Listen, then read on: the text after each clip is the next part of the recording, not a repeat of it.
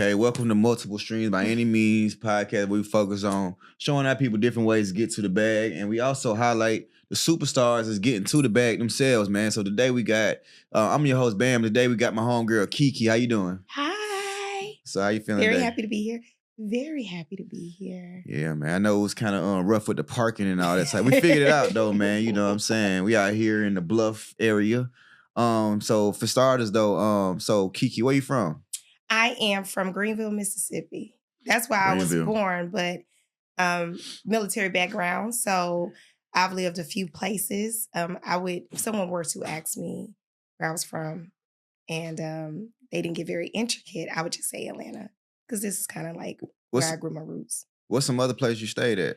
Oh, I lived in Germany for 3 years. I've lived in, all over the world. Kansas, Texas, Florida. Oh, yeah. Alabama. What part of Alabama? Mobile. Mobile, Alabama. I'm actually from Montgomery. I didn't know that. But I mean, I've been here since I was like 2, but I'm just saying like... Yeah, same. That, I was born in Greenville, but I never actually lived there. Yeah. So, but I know exactly what you mean, but you go there a lot. Family, granddaddy. Family, grandma, dad. Yeah, like my grandma, she from like Tuskegee. My granddad, and I used to spend a lot of time in like Montgomery. Okay. You know what I'm saying? Like when I know a lot about Montgomery. Yeah, I ain't even really, like when I was in like elementary, I wasn't even really in Atlanta a lot. I'd be in Atlanta, go to school, but like I spent like a lot of weekends and summers like out there. Okay. You know what I'm saying? But so like you said Germany, how old was you when you stayed in Germany? I was 10. So you remember that? Yeah. Oh yeah, absolutely. Yeah. It was a great experience, honestly. I have 3 children, 3 boys, and if I could go abroad with them, I would love to do that. Just so they can. I feel like when you experience different people, it definitely makes you cultured. Oh yeah, able to move around better. People that be like it's people that haven't left the city they stay where they're from. You know what I'm saying? So I mean, so like, do you know any German? That ain't how that works. Dutch? That's what they speak, Dutch. Yeah, Dutch. I ain't know that. It's rusty. It's you know some though. A little bit, yeah. I know a little bit. I know how to sing. I know how to sing. Christmas tree in Dutch. Yeah, I know a little bit. Yeah, I know a little bit. All right. So, how old was you when you got to Atlanta? I moved to Georgia, Atlanta, Georgia. Sandy Springs, by the way. Ooh, that's how I met you. So you stayed in Sandy Springs? Yeah, I stayed in Sandy Springs. Oh yeah. I moved here in the 10th grade. Oh, so basically, okay, that makes sense. Yeah, so a little bit. I've stayed a few places for sporadic periods of my life, short periods of time. So, yeah. No, that's hard though. All right, so I mean that makes sense. So Sandy Springs, so man, I remember staying out there, man. Like them big houses, it was definitely a learning experience for me. It took a while to get comfortable out there. I just ain't feel like I belonged out there, to be honest with you. Being a new kid, everywhere you go, you just learn. Yeah. Yeah, you become secure and many different. That's why I said with my children, I wish we could go abroad. Even if it wasn't necessarily Europe, anywhere, just so they can get a different experience on what. Oh yeah, I see what you mean. You mean like live abroad? Yeah, live abroad. Yeah, absolutely. I remember one time we was talking. You said something like you wanted to do. If you had a yo-yo, you do like the camping, like you know what I'm saying, like the camping thing, like how people be on wheels and they just travel to different cities. Oh yeah, absolutely. Yeah. I did at one point. I wanted to really just get one of those RVs and live in many different cities and states for about 3-4 months. If we like it, we stay. If we don't, we move somewhere else, Just give them the experience though. Just to see the world. Yeah. It's hard being from, if you don't see other things, you don't experience other cultures, it's very hard for you to, it's hard to have a strong mindset. Mm-hmm. When you're stuck, you're limited. You're very limited. Resources aren't the same either. Yeah, So I mean that is kind of why I went to Riverwood because I was like I'm from like College Park, so all I knew is SL Lewis is basically where the Shady Park area is. McNair Middle, that's how I know people like Swilly.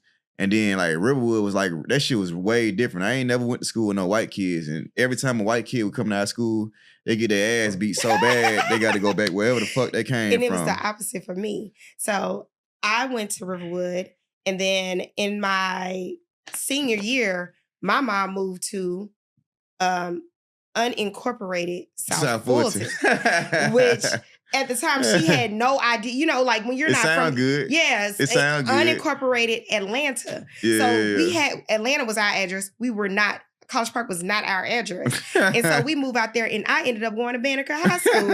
And so like when I say, and let me tell you something about that. Oh, shit, It bro. definitely made me a well-rounded person. It allowed me to be able to maneuver in spaces that I, like my children are very suburban. So it helped me to understand that life it helped me to understand that life can be a privilege. Yeah, my mama stayed right down the street from Banneker. Yeah. Yeah, that's like my little, that's basically my hood. Total opposite. That's basically my hood, like Fellwood and all that. That's like basically my neighborhood. Total opposite. So if I had to guess, based on your vernacular, you probably had to slap someone within the first 30 days of being there, huh? Absolutely not. No, okay. Believe it or not. I was the new girl, once again, and that's what I mean by culture. I was so used to being... You become a chameleon. You get what I'm saying? Not that you learn to adapt. To your environment, and not so sort of say to change you as a person, but you learn to you catch on quick. You know, you learn to move a certain way. You learn to speak a certain way. You learn to not necessarily fit in, but you learn how to survive in your area. You learn how to, Now I understand. I could say I'm a chameleon too, but I haven't been tested. I haven't been in enough environments, as far as the test, my camouflage or whatever. But that's crazy. Like I don't know. Like I just remember I was going to McNair Middle. I'm in 8th grade. I'm thinking I'm finna go to Banneker. And then mom just like, we found something. Like, you know what I mean? Sent us to Riverwood. We get on the bus, like, I gotta wake up at like 5:30 a.m. But which was crazy. That's probably why I still wake up super early though. And get on the bus at 6:17. It was a 6:17 on the dot. Had to walk up the street. Really, the only reason I was in Riverwood, why I stayed there long enough, was because like a lot of my friends from middle school went to Riverwood. Like, oh really? Yeah, like a handful of people, like your Schwillies, Phillips, and Sony, like all them went there. So it was kind of a cool natural progression because like I you didn't go alone. I didn't know who's. I had really thought there was going. I had nightmares that I was gonna have to slap some white folks and do some old, I don't know. Like I really hated the whole thought of going there, to be honest with you. You know what I'm saying? Being a new girl Banneker was different for me because the girls hated me, the guys liked me. Of course. It was very different because I spoke different.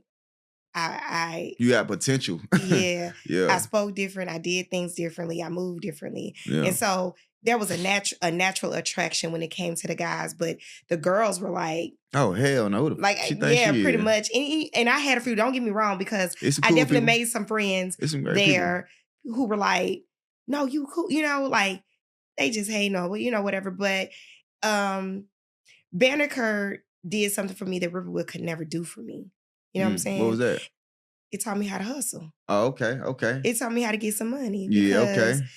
Yeah, when you're in an environment like Sandy Springs, you get children who are afforded a different lifestyle. They rich already. They have money. They fucking rich already. Their parents are, and not to say anything, I have a military background, so I don't have a poor. Yeah, I don't have a poor background. I don't have the Beanie and Winnie stories, but my mom worked. Mm-hmm. And so going to Riverwood, you got children who had stay-at-home moms and dads that, were in corporate environments and business owners, things like that.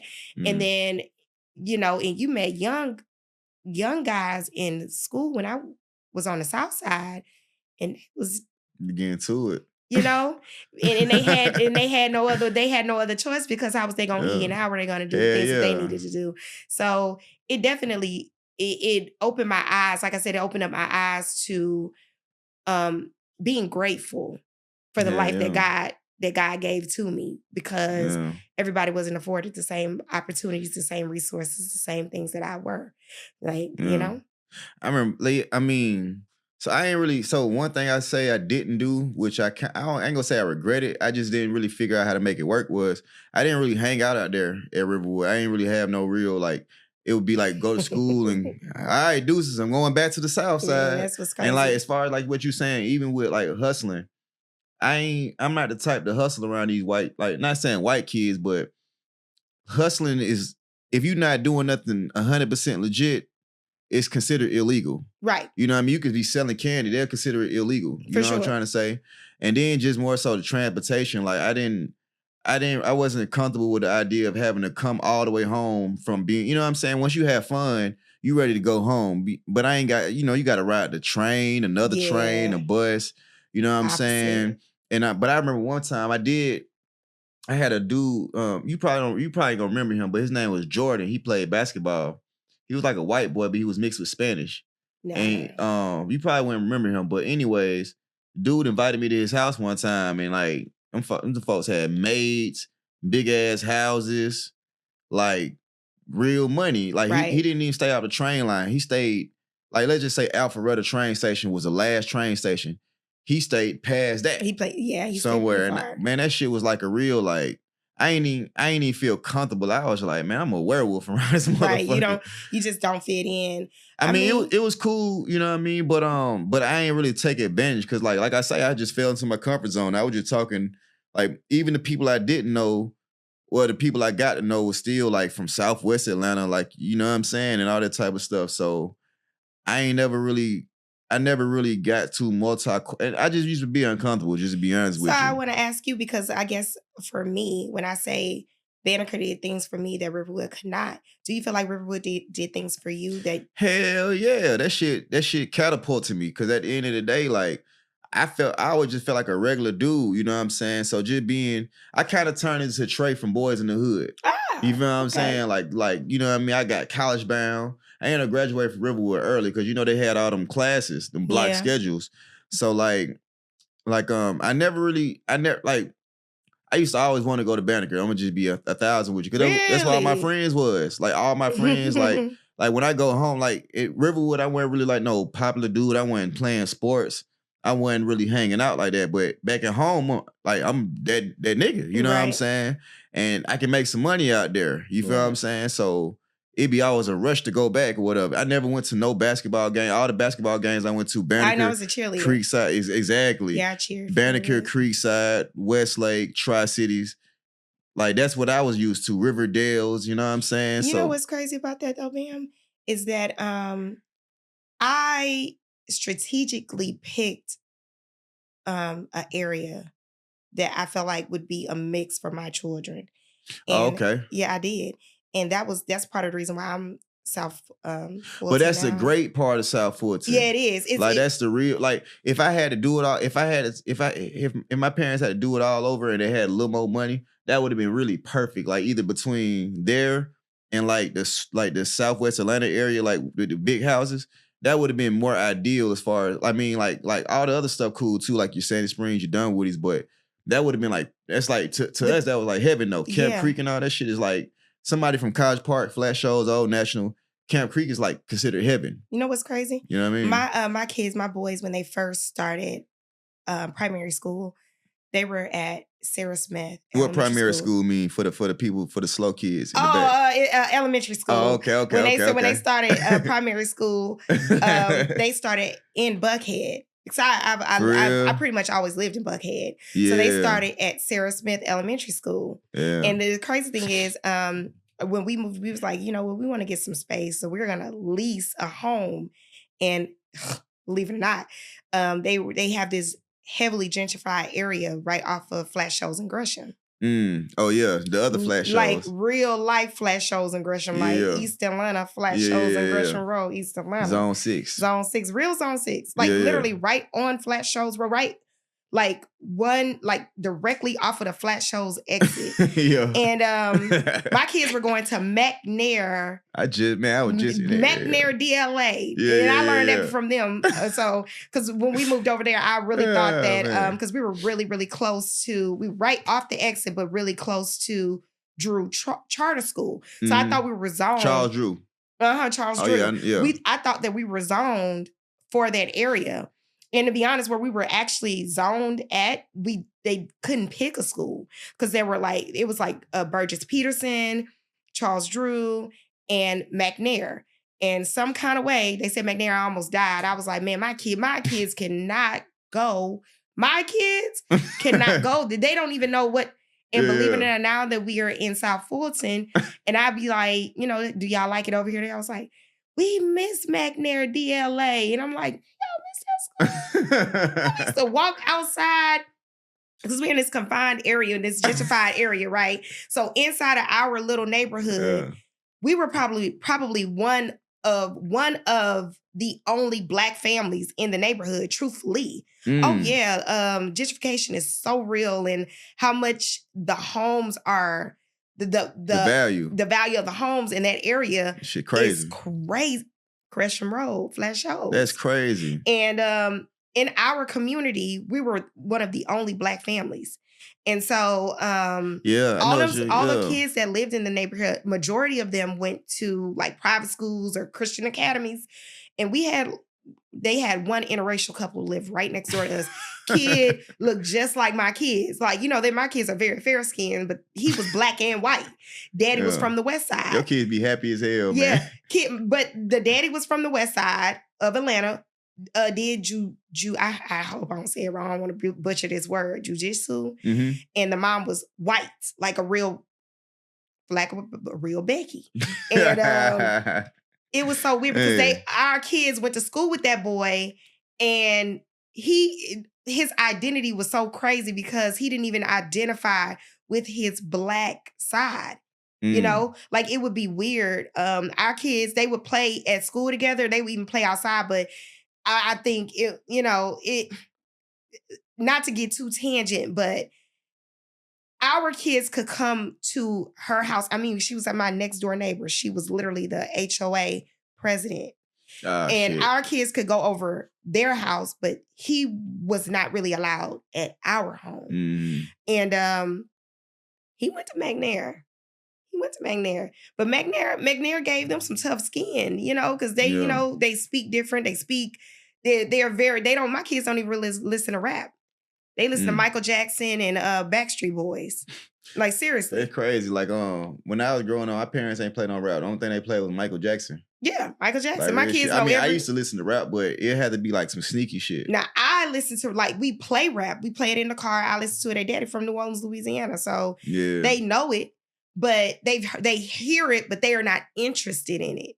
Mm. But going to McNair, going to this school, going to that school, they're very cultured. They know how to mix and mingle with the crowds, and I like that for them. I really, really do. Yeah, that's a tip, man. As far as raising your kids, add some versatility, man, because you don't want nobody to have a limited mindset just growing up.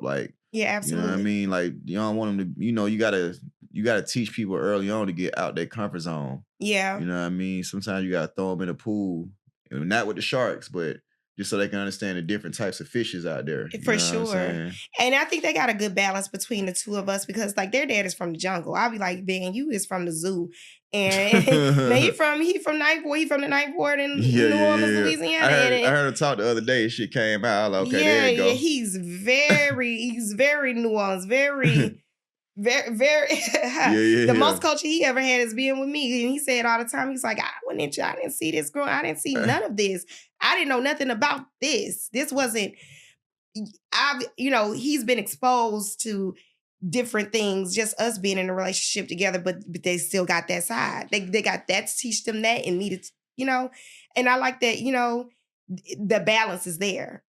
He came here through Hurricane Katrina? He did. Katrina brought him here. Actually, Katrina brought him to Texas and then further brought him here.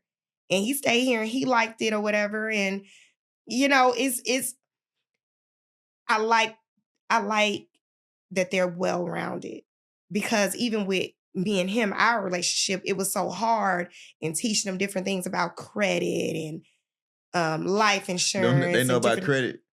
My children, absolutely, like, absolutely. I work in financial services. That's hard. And That's so they hard. know they have bank accounts, they have Cash App cards, they know that we give them weekly allowances. So for real, like Swill was at the house the other day. They look at him like an uncle. And what we do is in our house we got Monopoly money. And for every chore they do, we give them Monopoly money so they can pay for snacks in the house. Some people think it's crazy. I don't. Hell no, I pay for groceries. I think it's necessary. Yeah. Cause like the thing is, making money one thing, keeping it something else. And I learned financial literacy at an early age. When I was 8 years old, I opened up a bank account, and I wasn't no athlete. I ain't gonna say I wasn't no athlete. My people ain't put me in sports activity. They ain't throw me with no versatility. Only thing I seen was what I seen. So I had a bank account. I was 8 years old. I started collecting cans.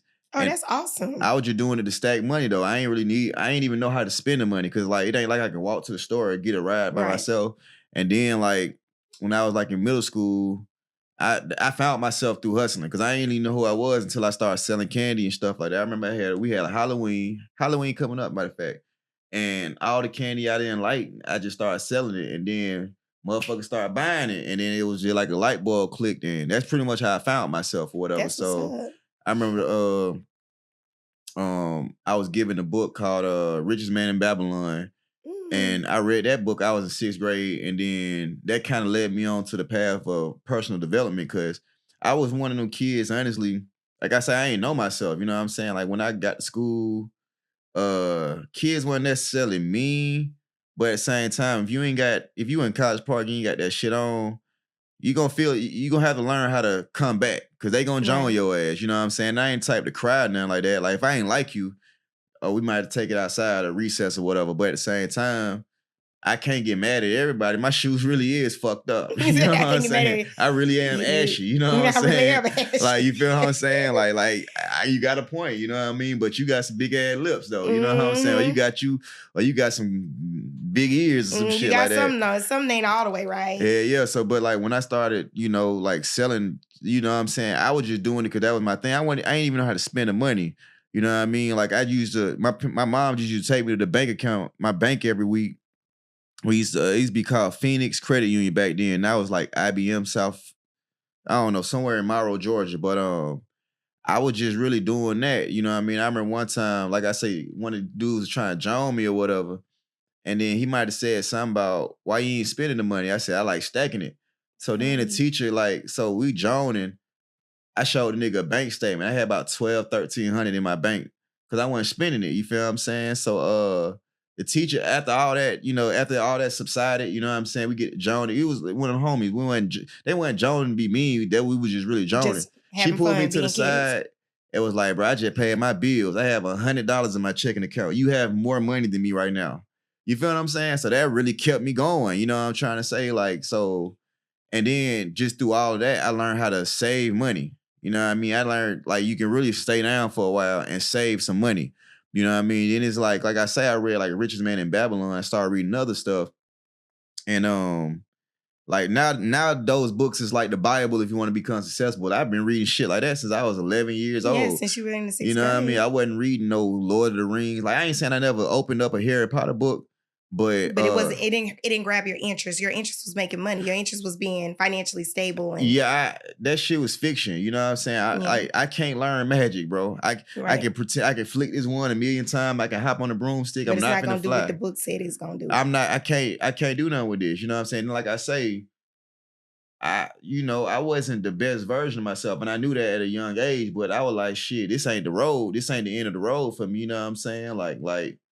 You know what I'm saying? Like I want better for myself. You know what I mean? Because just me. I just always felt like a misfit. You know what I mean? That's partially the reason why I got into the field that I'm actually in. I actually wanted to be a realtor at first, and I just started seeing that it was really, really trendy, and people were doing it more for the look than for the actual money. Because it's a lot of. I'm being honest. I'm out here. I'm a girl. I'm a beautiful woman. I'm out here. I see the network and I see these different things, and I'm like, shit ain't making me no money. It is what it is, but I like giving back to community, and actually giving people the knowledge of what they don't know a lot about. And see, for me, I got into insurance and I said, you know what can I do with this? How can I make this not only work for me, but how can I put my family and my friends on? Yeah. And there are people look at life insurance and they'll say things like, well, you know, I worry about that when I'm dead, or, you know, you put it on the back burner. But a lot of them don't know that you can use life insurance as a living benefit. It's a great vehicle. Yeah. It's a hell of a vehicle. Like, just knowing the ins and outs. Like, all right, so look, give a few benefits of, tell us why we all need life insurance. I mean, for very obvious reasons, because I could die today, but my kids still need to be taken care of if I'm gone.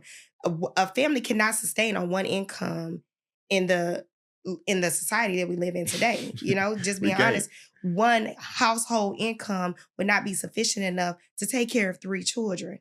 And so if my husband were to leave me today, or if I were to leave him today, what will be there to support that income that is now leaving the home?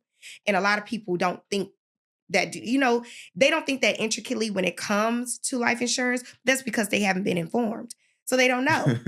and they automatically link life insurance to death and how it could work for them if someone dies. And to be honest with you, a lot of people don't even know how it works for you when you die.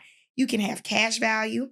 You can have an index life insurance policy. There are so many different ways to make it work for you living and in death. So, you know, say you don't have it right now to put into, you don't have that kind of money to put into life insurance, but you want to leave something for your children. That's normally the route people go. Or, hey, by bare minimum, they can bury me and not have any financial strain putting me in the ground.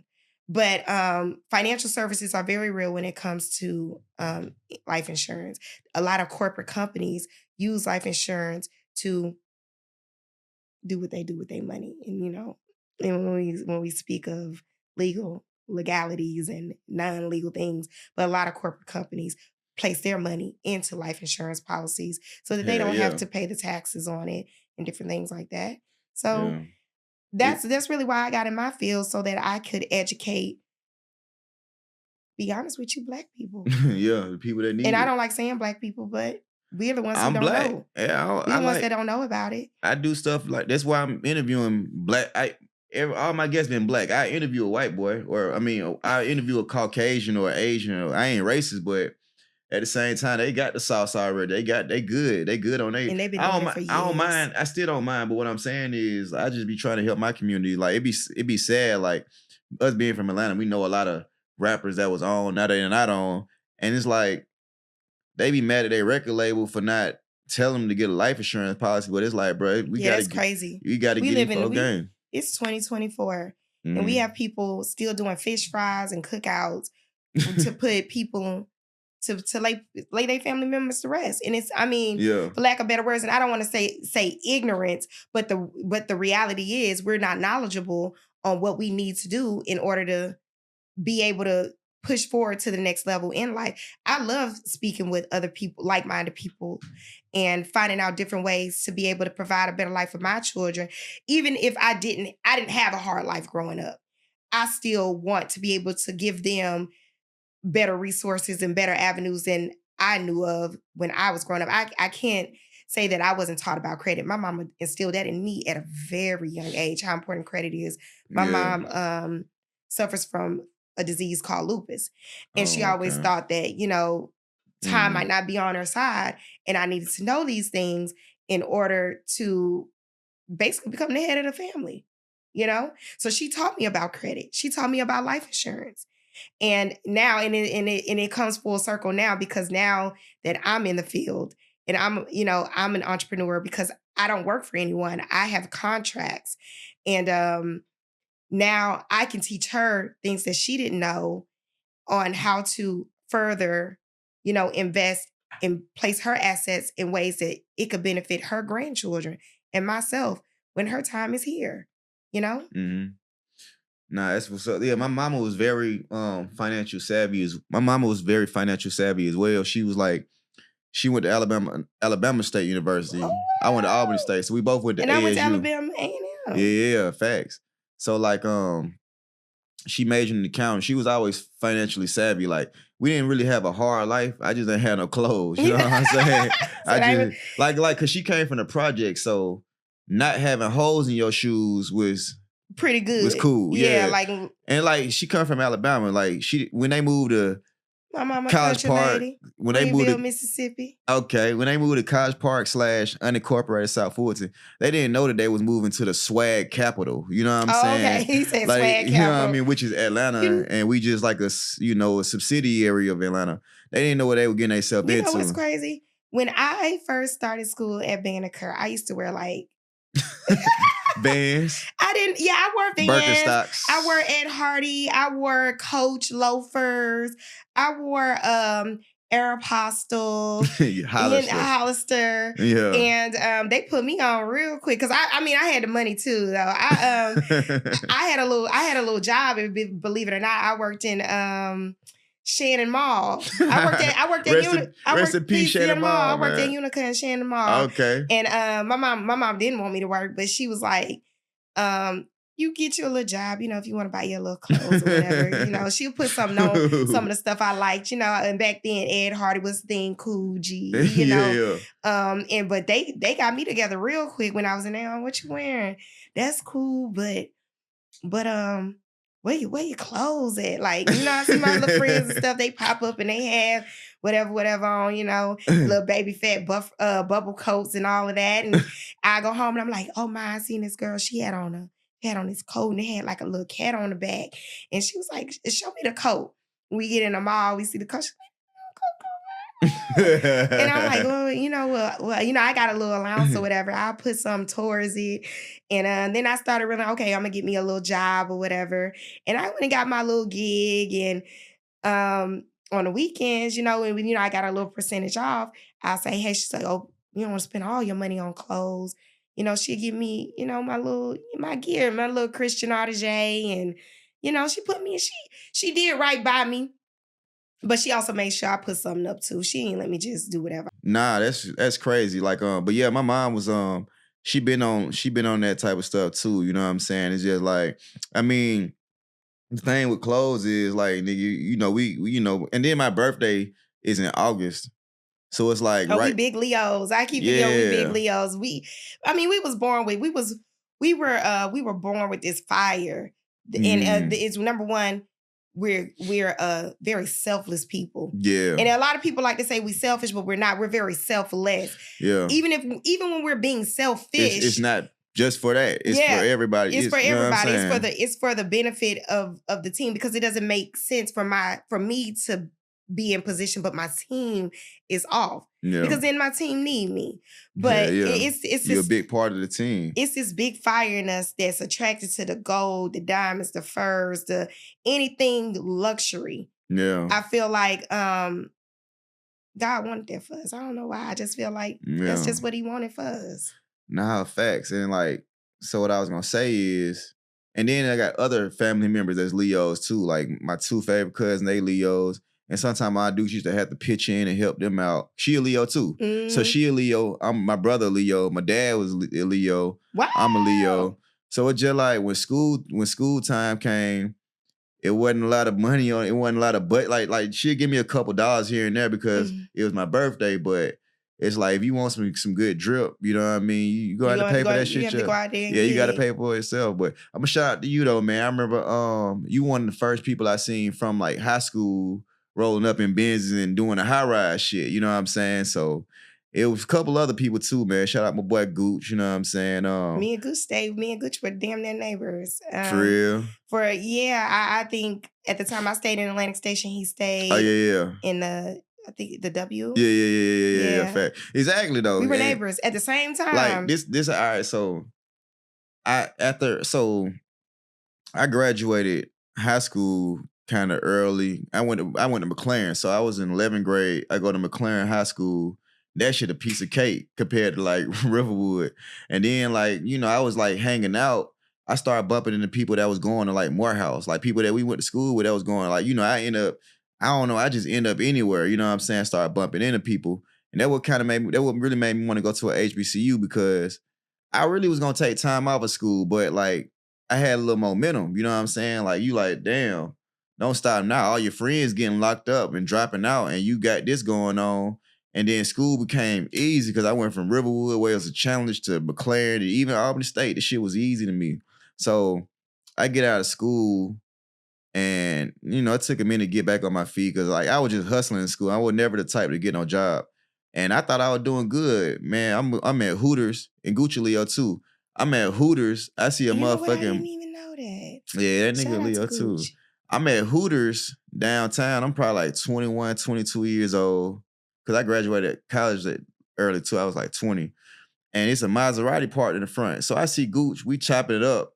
We go outside, is this nigga Maserati? And then and somehow like I guess Swilly, I'm hanging with Swilly still. Or what I reconnected with him. And somehow he's talking to Gooch. Like he just got done, they just got done talking, and he invited us up to his little spot in the W. So just seeing that, you know what I mean? Just seeing people like, yeah, I was like, well, damn, it's more to it than just you know what I mean? Yeah, all the Southside shit, yeah. You know what I'm saying? Like, they my age, ain't no excuse. Yeah. You know what I'm saying? You ain't got to be 50 years old to drive no Benz or no, you know what I'm saying? For sure. Shit like that make you want to, want to get more. It's definitely motivational to see people where you're from come up. Yeah. I know for me, I chose a HBCU because I went to predominantly white schools majority of my life. Yeah. Seriously. Yeah. And so I wanted to be in the blackest black school I could be in. And then during my time there, I learned a lot. And it's, I wouldn't take anything from there. They always say, you ain't never mess with the yard or whatever. But I contacted Keyshawn. Let him know that we're gonna be a little late. He gonna charge me extra. Yeah, I talked to Keyshawn. Yeah, I'm listening. I'm bad. Yeah, no, you're good. I enjoyed my experience at HBCU, but I just felt like it wasn't enough. Yeah. And so, during my journey, and I just wanted to do something that was super lit. The Leo in me just was like, I just want a stripe. I want an extra stripe. So I was like, you know what? I'm gonna enroll in Harvard. And shit. I did. Damn, that's crazy. Yeah, I got a certification in contract law. Oh, that's from hard. Harvard. Yeah. And people don't even know you can do that. Like, you ain't got to go for you can get a certification, and like Absolutely. they be like, some of these real good schools like Georgia State, or any school that you consider good or whatever. They got certification, because certification you get straight to the point. Yeah. You know what I mean? That on top of your like I got friends that might go like to Morehouse to get like a little leadership certificate. Cause like I went to I feel where you're coming from. Like, I felt like the biggest thing I got from the HBCU was it was family oriented. It was. It was. They did make you feel like family. Yeah, and still to this day, like to this day, like even if I get if I go on Facebook, I feel like damn, these really like my second generation cousins or whatever. Yeah, for sure, what I mean? for sure. And then I feel like I got to help these folks out, because like I used to be out there with the folk. I was always like somebody, I never wanted to be stupid. You know what I mean? So even when I was in elementary school, let's just say it was 3 tiers of like reading. I definitely wasn't gonna be in the lower. Yeah, for sure. But I remember it was a point of time I was in the middle tier. I would read everything in the top. They still didn't accept me because of score. I ain't never been good at taking them tests or whatever. But I'm still reading on I'm making sure I'm reading on a level. And math was cool because, like I say, my mom was into math, so she used to be on my ass. That was bro. my you call my dad. He's really like my best friend. He tell for real? Everybody. That girl could do numbers in her brain. Like literally, like she's literally like a human calculator. Yeah. Like she sit there and she real quick. And no, for sure. That and language arts. Yeah. Mm-hmm. Yeah, I was better at writing than reading. You know what I mean? I felt like we had a class together. Did we ever have a class together? I don't know. Did you ever have Coach Santoro for social studies? I don't know who that is. I don't know. I felt like we had a class together. I don't know. We probably had PE together, some shit like that. I don't even know if I went to PE. I'm pretty sure. I feel like we had Coach Santoro together. Santoro? He was social studies, but he was also a baseball coach. He was a baseball coach, but he taught social studies. Man, I remember few, and I don't remember that name, but it's like, I remember the dude. I don't know. We might have, because I know one thing we all used to do together, going to electronic class Oh, and yeah, rap yeah. before school. Yeah, that was our thing. It'd be funny when I tell I'm like, man, nigga, I was cold. Yeah, like, I was kind of cold. Like, you can't really sleep on me. Because I used to be in the booth with them. Like, we used to go, Now, that was the highlight. Yeah, that used to be our thing in the morning. Motherfuckers used to get to fighting in that motherfucker. Somebody say the wrong thing. That was like that in lunch. Yeah, you know what I'm saying? For sure. Yeah. Now that was it. That was it. Used to go in there and rap. Hell yeah, that's what you did, man. You had to have it together, man. And you believe it or not, and we're talking about a school in Sandy Springs with these blackity black kids talking about going in a booth in our communications electronic class. Yeah. We was really in there like, that and we asked fun. people, you know what's crazy? I can remember some of those sessions that they had in there, and some of them dudes was pretty cold. They should have. Yeah. Some of them had some potential. Well, I think the art changed to where it was like more about sound, like rap, like around that time it was like rap, but like a little like I feel like right when we got a little older, it became more of sound, or trend. Like you remember snap music and crunk music and shit like that. Shit like that started taking over to where the people that was getting on wasn't as good as they weren't lyrical. Lyricists. Yeah, it wasn't about you know what I mean? So like you would have had to, but you know, same time, you can learn though. You know what I'm saying? A lot of our favorite rappers had to dumb it down to get on. You know what I'm saying? Sure.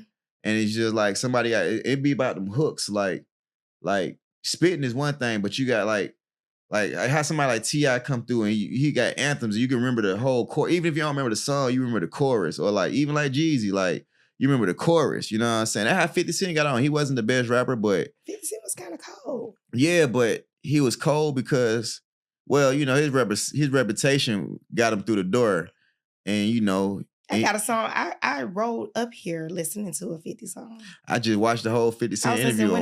I would just listen to I just watched the interview and listen to some of his shit. Like he had a Breakfast Club interview, and I'd just be amazed by, speaking of rappers, I'd be amazed by their transition though. You know what I'm saying? Yeah, for sure. Who's your favorite rapper? I would have to say T.I. to be honest with you. You know, because he was like my first favorite rapper. Like it was Ludacris. But I grew out of him by the time I made it like the puberty or something like that. Yeah. I mean, I still love him, but and then it was that. And so it's like, but as far as who I listen to the most, it might just be Jeezy. I honestly thought you were gonna say Jeezy is my number. He's my number 2 for hustling, but my number one is always is Drake because I listen to him. He's my ego. Yeah, it ain't crazy. Drake is my ego. In music, but I never listen to no Kendrick. And I'm not ready to get started. I can hear it. I can hear it, and it's like okay, it's cool. It's cute. Drake is my ego. Drake is what listening to Drake. You know, he will motivate you to not only get that money but spend that money. And wear that shit and. He put you on to all the all the fine dining restaurants table, remote locations. He paint pictures too. Yeah, he really does. But ever since I could remember, Jeezy. Yeah. Jeezy. Okay, it's like Jeezy, and then it's like the time he came out was like jumping off the porch days. Yeah, for sure. You know what I'm saying? It's like. I was talking about them were the days you really grunt because I'm like 15. We like 15, 16. So that's when you really got to go out there and hustle. And it's like that nigga got them anthems. Like really I don't even listen to the new shit. Like because I be we still all the old stuff. Yeah, we still hustling. So I'm like, bro, I'm trying to whatever I'm flipping. You can't tell me this ain't no brick. You know what I'm saying? You can't tell me this ain't no brick. Can't tell me this ain't no 8-ball. You know what I'm saying? Like then he was like one thing he used to have is like a lot of positivity. Like he'll throw you a message like I remember one time he was doing like a little interlude, but he was like, if somebody looking out for you, they're not gonna tell you that it's not cool to be in your mama house. He was like, nigga, I'm telling you, nigga, get your mama house, get you a house, get your mama house, mom a house too. You know what I'm saying? Right. Or he might say something like, it don't matter if you're doing petty shit or big shit, at the end of the day, you still get caught. You know what I'm trying to say? So it's like, you know, he used to throw a lot of morals in the game because like, he used to throw a lot of morals in the game, whatever, you know what I'm saying? Because, like, a lot of people don't really have a lot of morals in these streets, bro. They robbing, stealing from their own grandma. You know, they robbing from their homeboys and stuff like that. All right, so one thing I wanted to ask you was, break down the different life insurance type of policies, like whole life, term. It's whole. Do we got time? We got time. So of course, term life is not permanent life insurance. It's for a set number of years. It's a term. It's term.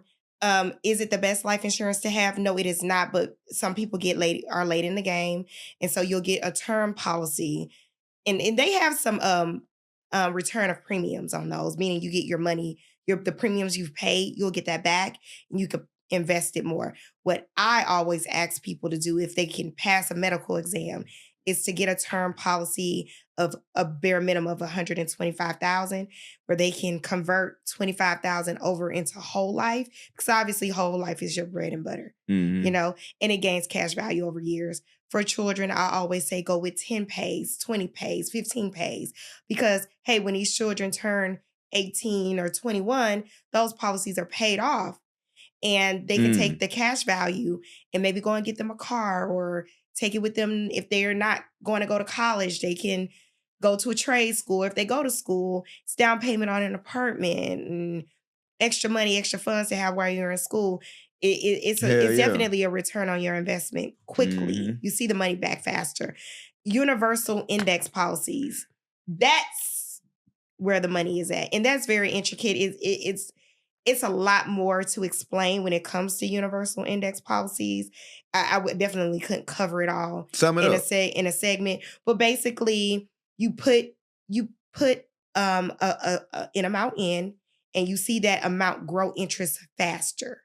So that's the sum above a universal index policy. You need some money to do that one.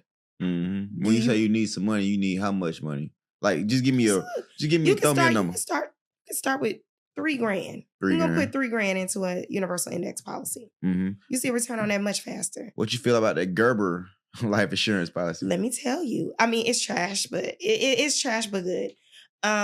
My children have a Gerber policy. Okay. But they have 10 pays as well. Mm-hmm. 10 pays. Yeah, but I got $1 million worth of life insurance on myself. So I do. Yeah. I mean, I got 3 boys. I gotta do what I gotta do. I had Gerber because that's what they pushed on me in the hospital. Mm-hmm. You want to get some life insurance for your children, get Gerber. Mm-hmm. They start off with some very small policies. I would tell someone who, it wouldn't be my first. I would not recommend the Gerber, because the cash value that it grows is very small over the short period of time. And those policies, the most you're going to get out of it is like $15,000. And then, it's just not enough. I will always tell people, I like State Farm. I've had State Farm since I was 3 years old. That was the first policy I had. I got another one when I turned 18, and I have a new one. And so, Gerber, if you are if you're not financially stable, those policies are what, $10, $11 a month. Yeah. Sometimes even cheaper than that. Fairly cheap. Super, super cheap. But it does gain a cash value. It's not like it doesn't gain. Yeah. It's better than $10, $11. It's a small investment, and it makes sense on that note, even though there are superior policies. Yeah. What y'all spend $11 a day on cigarillos, you know what I mean? Absolutely. But tell me, what made you ask me about Gerber? It just came to my head. I don't know what made me say that. Because that's the one that you normally see. That's the one that you hear about. Yeah. That's the one that's that first fresh, brand new baby out the hospital. They're gonna put it in your face. Gerber's I wonder why marketing. They do that. Yeah, that's what I'm saying. Their marketing isn't crazy. Look at State Farm. Yeah. When people ask you life insurance, what's the first 2 come to mind? Well, Gerber is the first that come to mind as far as the name, but as far as like, I just always like, I think like, I don't know. I just know I know most insurance companies, you're able to get one, like maybe like Liberty. 3 always came to mind before I became an agent. Gerber, State Farm, and Colonial. Oh yeah, because they got the Colonial. commercial, yeah. And that's that guaranteed benefit. Mm-hmm. You don't have to take a medical exam to be insurable. Mm-hmm. And they'll give you a whole life policy at an older age if you can't pass a medical exam, but you don't have very much cash value gained in it. and they're very, very, very expensive.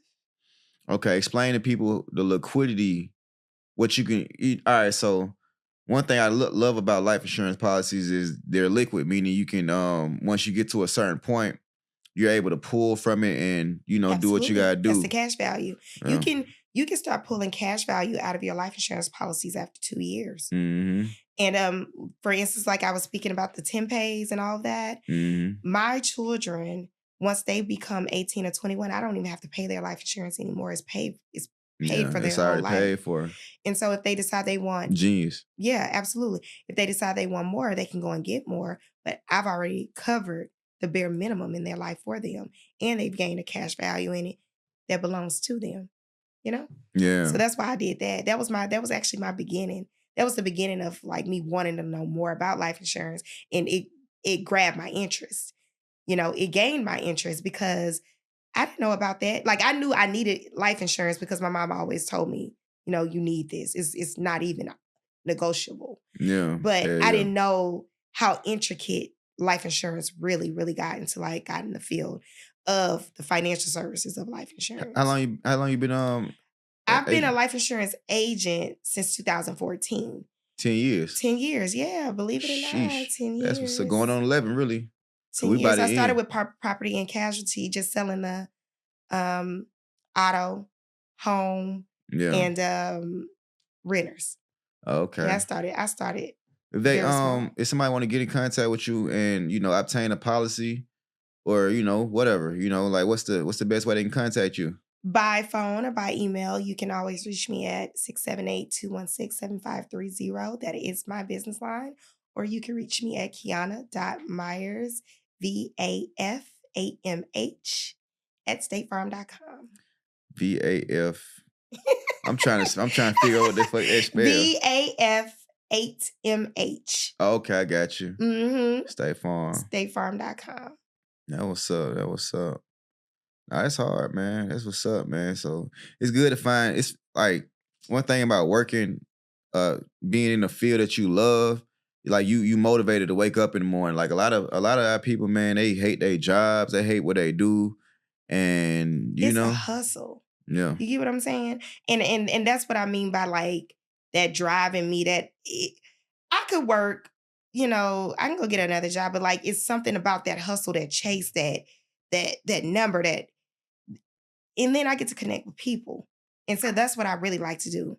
Connecting with people on a one-on-one level, talking, networking, getting to know things, getting to know people. And so I enjoy it. I'm not going to lie. I don't wake up in the morning and I'm dragging my feet to go into a job and don't get me wrong, because I said that comment about realtors. There are some realtors out here that are making some money. Top 1%. They really are. But and there are that 1%. The life that they're living and what they're showing is the reason why a lot of these people are getting into that field, but they're not hustlers. So you got to know how to hustle in order to make money in that field. You got to know how to talk to make money in that field. You got to know how to connect to make money in that field. You got to know people. Yeah. Because anytime you're doing a job where you're selling anything or you're giving someone something, not only do you have to have a vernacular when it comes to speech and etiquette, but you got to know people, because people can buy anything from anybody, but they buy you. They buy into you. Yeah. They buy your time. They buy the opportunity to be able to bask in your presence alone. Yeah. Believe it or not. It's a blessing. Yes, it is. Okay. All right. We're finna take a little turn. What are the benefits of marriage, or are there any benefits of marriage? Ooh. Because, like nowadays they saying it's just a piece of paper, just a certificate. Oh, yeah. Get out of here with that. Yeah, I mean. Piece of paper means everything, right? You can't be a business owner unless you have a piece of paper. Mm-hmm. Right? Mm-hmm. And there are benefits to marriage. I mean, it has its pros and its cons, depending on what you find value in. Because I know me, myself, before I met my husband, material shit meant more to me than building relationships with people. And that's real. I can't be more candid with you than that. And he definitely opened my eyes up to finding value in different things. I always tell people, yes, marriage is a contract, and it's deeper than the government's contract, because, hey, it is you decide to make a commitment with another person. You get what I'm saying? Mm. And you don't have to make that commitment. That is a choice. Yeah. That's an everyday choice. It's a choice to love unconditionally. Love is not a I always say love is not a feeling. Love is love is the commitment more so than the feeling. Because you have to wake up every day and be committed to that love. Yeah. You got to wake up every day and be committed to somebody's bullshit. You got to wake up every day and be committed to somebody's flaws. We all flawed people. Yeah. But you got to wake up every day and be committed to the shit that you ain't gonna like about them. You know? You change in every relationship that you're in, even with friendships. You see people grow apart, and a marriage is no different. A marriage is no different than, hey, I can live my life without you, but I choose not to. So I want you here, with all the bullshit that come with you. And so I think the benefits to marriage, definitely finances are always a major benefit. You have 2 sources of income. So that's a benefit if that's what you want, but you have a partner, It's easy to get, it's marriage when they say it's just a piece of paper. I mean, yeah, you have some people that are married in the sense of what the government has taught them what marriage is. But then you have people that are spiritually connected. And so my spiritual connection with you doesn't necessarily mean that I own you, but that I have a connection with you that's never going to go away, no matter who I'm with. Me and my husband separated more than once or twice.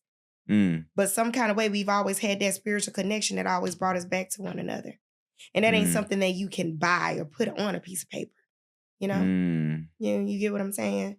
You see couples, they get together and they share bank accounts and they doing it. And I'll be like, before I had a husband, I wouldn't even date a man that had children for real. I never took a man serious that even had kids. And I definitely never shared a bank account with no man. I definitely never had a lease. I never shared a lease with a boyfriend. Yeah, I ain't never shared I've never shared a lease with a guy I was dating. Yeah, I never did that. Never did that shit. Yeah. Feelings are not facts. Feelings are not facts. Feelings change every day. Or are you gonna still continue to make that same commitment based off the facts? Because the fact is, we still got to raise them 3 children together, whether we together or not. The fact is, you still got bills to pay when you go where you go. I still got bills to pay when I go where That's a fact. Living on this earth ain't free. The fact, marriage in a spiritual sense is the commitment that the fact is, no matter who I end up with, I'm going to end up back with your ass. Yeah. That's a spiritual commitment when you got that kind of marriage. So yeah, there are some people that are married for the paper, sort of sense. Yeah. I chose otherwise. That's deep. And this ain't got to be sneaking and geeking. Right. You know what I'm saying? Yeah. We've separated. We've dated separately. We went our separate ways. He's dated, I've dated.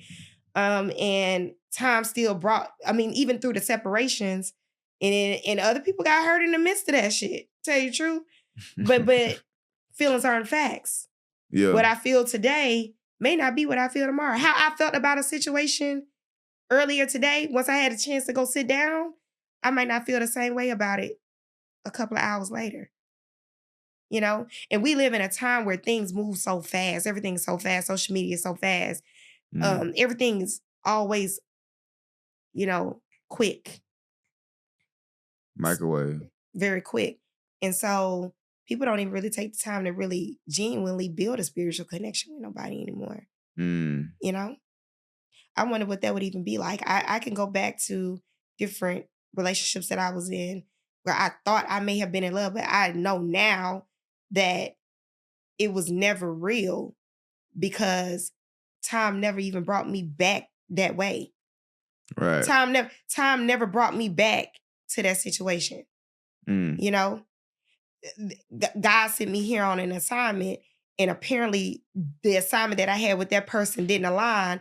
And so even with the test of time, we maybe could be friends or even speaking in passing, but I've separated from them and never wanted them back again. You get what I'm saying? And so, and that's not to say that you might not share that spiritual connection with more than one person, but time is always with, and I've been with my husband now, 11 years. Yeah, even you've been with him longer than you've been with life insurance. Yeah. You know what I'm saying? Like, as far as like being an agent or whatever. Yeah, 11 years. What's happening, man? Shout out my boy Josh, man. Shout out to Josh. He tell me all the time, I know I don't deserve you. I don't deserve you. I'm sorry for everything I ever did. We have that. We have those kind of transparent conversations too, because I'm flawed. I ain't perfect. Ain't nobody perfect. We are all flawed people, but would you rather live with me or without me? That's the ultimate question. All right, one more question before we get out of here. As far as household bills, and I'm talking in an ideal situation where money right. I knew that was coming. You know what I'm saying? Like, all right, so I knew he was gonna get to the good shit. How you feel about going 50-50 on rent or mortgage? You know what I'm saying? I ain't talking about car notes and let's be clear. I'm just talking about household bills. Let me make this very, very clear. Majority of men that I hear this conversation from, and this is always the bias. I'm not saying a woman shouldn't have her own bag. I'm not saying a woman shouldn't have her own motivation. I'm not saying a woman shouldn't bring something to the table. My nigga, you need to have that table. Okay? To be a man and stand on your own too, you travel the world to build your own castle. Yeah. That's what my daddy taught me. Mm-hmm. You travel the world and you travel the sands to build your own castle. Facts. You didn't invite a woman into your castle. You ask for a submission. Yeah. It's hard to submit when we play in the same role. Sheesh. It's hard to submit when how am I coming to you to make a decision and we 50-50? How am I value your opinion and we 50? We here. It was never meant to be that way. Mm-hmm. And they go back and say, well, back in the day, money was different back then. No, women had jobs back then too. People didn't know that. Like they might have been baking cakes, doing pies, babysitting. Women back then had jobs. They had other sources of income, but I always tell people this: they lived according to what the man could afford. Right. Okay. They lived according to what the man could provide if they wanted to be with that man. So no, I'm not saying, hey, I have these expectations of a $3.4 million mansion and I'm with a $100,000 nigga. Let's be realistic. Yeah. If I chose a $100,000 nigga, either I'm gonna move into his $100,000 home, right? Right. Or I'm gonna have to help provide that rent. But if I I want to see that he can sustain his own home if I'm not there. And a lot of what I've seen, and I'm raising 3 boys. A lot of what I've seen from peers and family members and friends and different things. A lot of them, when they leave the nest, they move from their mama to their new mama, they woman. They move they move from their mama shit to their woman shit. Because it's just an easy transition. Oh, we already laying up together. She got her own crib. I'm moving her. That ain't your house, my man. Jody? That's that girl shit. Jody? Yeah, that's her crib. And so how do you find that sense of power within yourself or that sense of how do you lead your household when it ain't even yours? You and your woman 50-50. That's y'all house. You can go buy a house and you can give her a house. You can do that. I mean, my daddy always gave me what I needed. He was always, you need that. I'm giving that to you. You know? And so it gave me a whole different outlook on a man. I don't think that you should carry everything on your back. Yeah. You know what I'm saying? Everything shouldn't be on your back. Yeah. Because, I'm a woman. I like nice things, and I don't expect you to do it all. Yeah, but bare minimum, my guy, you the rent, pay the mortgage, pay the rent, because I want to know that if I couldn't do it, that we're still good. Yeah, keep the roof over our heads. Yeah, okay. Then you might like you said, you got 3 kids. Like that shit require paternity leave. You know what I mean? It does. You know what I mean? So my first 2 kids never saw the inside of a daycare. Oh yeah, that's gangster. They never saw the inside of a daycare. Never went. That was up. Never ever went. And I used to struggle with Josh, me and him, about me working. Even though I and I was hustling. Yeah. Like I worked in different. Listen, I get money, but me and him, we used to butt heads a lot about. I don't want you dealing with none of that. Like you got a baby out. Like you need to be there nurturing. Yeah. I breastfed my son till he was almost 4 years old. You know, I need you at home. Yeah, and you know what? It's easy to respect a man's opinion when he's taking care of what needs to be taken care of. It's that much easier. Yes, it is. Yeah. Yes, it is. Women go out here and buy cars that don't even ask their man anything and get in a bucket because they don't even respect his opinion because he can't take care of himself. Yeah. Let alone taking care of his household. Yeah. So I'm a little biased to mortgage and rent, but I'm not biased to she need to have her own motion. Yeah, she need to have her own shit going on too. Yeah. And I feel, we finna wrap this up, but yeah, I mean, I feel like that earned, like, even respecting her opinion. You know what I'm saying? It's easy to respect somebody's opinion when you didn't do everything for them. Like, and I'd be damned somebody argue with me when I done bought this food you done ate. I done bought them clothes. I'ma shut up anyway. I ain't saying like that. I'm saying, but everything though. You know what I'm saying? I ain't gonna lie, another thing too. When he doing everything, the only 2 times you need to open your mouth, you need to open up 2 holes. When he doing everything, you got 2, possibly 3 that you need to open up. And anything outside of that, girl, be quiet. Just gonna chill. Just gonna chill. You don't have no complaints about anything. Anything. I'm gonna shut up for that. All right, we're gonna wrap this up, man. It's been another episode of Multiple Streams by any means. Multiple Streams. Shout out to Kee Kee, man. And guess what, man? Good things go to those that hustle. It does.